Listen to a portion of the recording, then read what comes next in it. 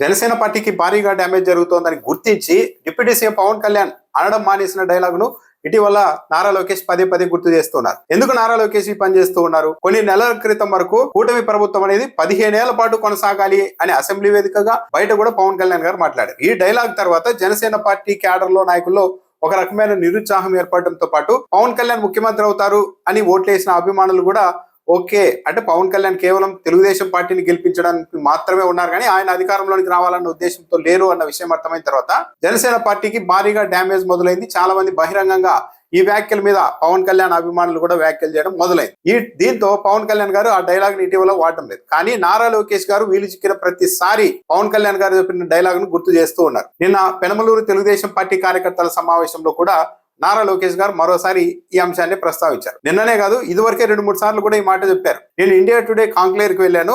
అక్కడ యాంకర్ వచ్చే ఎన్నికల్లో మీరు కూటమి గానీ కలిసి పోటీ చేస్తారా అని అడిగారు. మీకు అనుమానం ఏంటి? తప్పనిసరిగా మేము కలిసే పోటీ చేస్తామని చెప్పారు. వెంటనే బయటకు రాగానే పవన్ అన్న నాకు ఫోన్ చేశారు. అరే నేను 3 సార్లు అంటే దాదాపు 15 ఏళ్ల పాటు కలిసి పనిచేద్దామని నేను చెప్తూ ఉంటే నువ్వేంట్రా బై కేవలం ఒకసారి అని చెప్పావు, 3 సార్లు కలిసి పోటీ చేస్తాం అని చెప్పాలి కదరా అన్నారు అని పవన్ కళ్యాణ్ గారు అన్నారని నారా లోకేష్ గారు నేను చెప్తూ ఉన్నారు. ఇండియా టుడే కాన్క్లేవ్ దాంట్లో యాంకర్ మాట్లాడుతూ 20-29 ఎన్నికలు మీరు కలిసే పోటీ చేస్తారని అడిగాడు. నీకు ఎందుకు డౌట్ ఉంది? 100% నేను కలిసే పోటీ చేస్తున్నాను. ప్రోగ్రామ్ అయిన తర్వాత పవన్ అన్న నాకు ఫోన్ చేశాడు. ఫోన్ చేసి అరే మనం 3 టర్మ్లు కనీసం 3 టర్మ్లు అంటే 1 టర్మ్ ఎందుకు చెప్పారు అన్నాడు. ఈ డైలాగ్ వల్ల జనసేన పార్టీకి డ్యామేజ్ జరుగుతుంది. అందుకని జనసేన అధ్యక్షుడు పవన్ కళ్యాణ్ కూడా మాట్లాడడం మానేశారు దీని గురించి. కానీ నారా లోకేష్ గారు పదే పదే ఎందుకు గుర్తు చేస్తూ ఉన్నారు అంటే మేము జనసేన పార్టీతో మహా అయితే ఇంకోసారి కలిసి వెళ్ళాలనుకుంటున్నాం.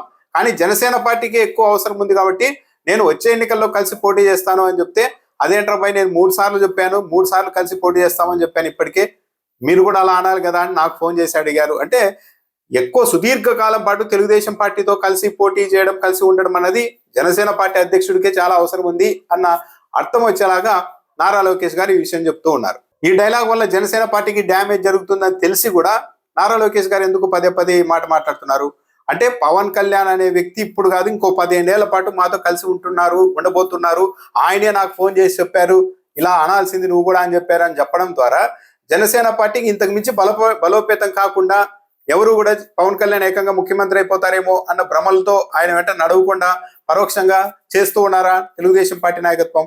3 సార్లు కలిసి పోటీ చేయాలి 15 ఏళ్ల పాటు అంటూ పవన్ కళ్యాణ్ గారు చెప్పారని చెప్తున్న నారా లోకేష్ గారు మొన్న మాత్రం వచ్చే స్థానిక సంస్థల ఎన్నికల్లో జనసేన పార్టీకి 15% మించి టికెట్లు ఇచ్చే అవసరమే లేదు, బీజేపీకి 5% ఇస్తామని స్వయంగా నారా లోకేష్ గారు చెప్పారు. అంటే ఏంటి? ఏకపక్షంగా పవన్ కళ్యాణ్ ఏమో ఎన్ని సీట్లు ఇచ్చినా ఏమి చేసినా సరే 15 ఏళ్ల పాటు తెలుగుదేశం పార్టీతో ఉండాల్సిన అనివార్య పరిస్థితుల్లో పవన్ కళ్యాణ్ గారే ఉన్నారు. మేము మాత్రం చాలా గట్టిగా ఉన్నాం, అందుకే ఇంత జరుగుతున్నా సరే 15% సీట్లు మాత్రమే జనసేన పార్టీకి ఇస్తాం అని నారా లోకేష్ గారు సంకేతాలు పంపిస్తున్నారా? అయితే ఇంకో డైలాగ్ విషయంలో మాత్రం తెలుగుదేశం పార్టీ హార్డ్ కోర్ అభిమానులు కూడా నారా లోకేష్ మీద చాలా అసంతృప్తిగా ఉన్నారు. అదేంటంటే మాట్లాడేటప్పుడు నారా లోకేష్ గారు పవన్ కళ్యాణ్ నన్ని ఫోన్ చేసి అరే ఒరే అన్నారు అని స్వయంగా చెప్తున్నారు. అంటే ఇంత సుదీర్ఘ తెలుగుదేశం పార్టీ చరిత్ర ఉన్న తర్వాత కూడా ఆ పార్టీకి రాబోయే రోజుల్లో మొత్తం ఆ పార్టీని లీడ్ చేసే స్థాయిలో ఉన్నారని చెప్పుకుంటున్న నారా లోకేష్ ని ఇంకో పార్టీ అధ్యక్షుడు అరే ఒరే అంటున్నారు అంటే తెలుగుదేశం పార్టీ కార్యకర్తలు కూడా జీర్ణించుకోలేకపోతున్నారు. దాంతోపాటు ఇదే సమావేశంలో నారా లోకేష్ గారు మరికొన్ని వ్యాఖ్యలు కూడా చేశారు. గుజరాత్ లో చూడండి, ఒడిశాలో చూడండి, వరుసగా ప్రభుత్వాలు అక్కడ అధికారంలో కొనసాగడం వల్లే ఆయా రాష్ట్రాలు ఆ విధంగా అభివృద్ధి చెందాయి. కాబట్టి ఏపీలో కూడా తెలుగుదేశం పార్టీని అలాగే గెలిపించాలి, అందుకు తెలుగుదేశం పార్టీ కార్యకర్తలు కూడా కృషి చేయాలని నారా లోకేష్ గారు పిలుపునిచ్చారు. ఇక్కడ గమనించాల్సింది ఏంటి అంటే గుజరాత్ లో కావచ్చు, ఒడిశాలో కావచ్చు, వాళ్ళు మంచి పరిపాలన అందించారు కాబట్టి వరుసగా గెలిపిస్తూ వచ్చారు. కానీ తెలుగుదేశం పార్టీ అధికారంలో ఉన్నప్పుడు ఏపీలో అలా జరగడం లేదు కదా.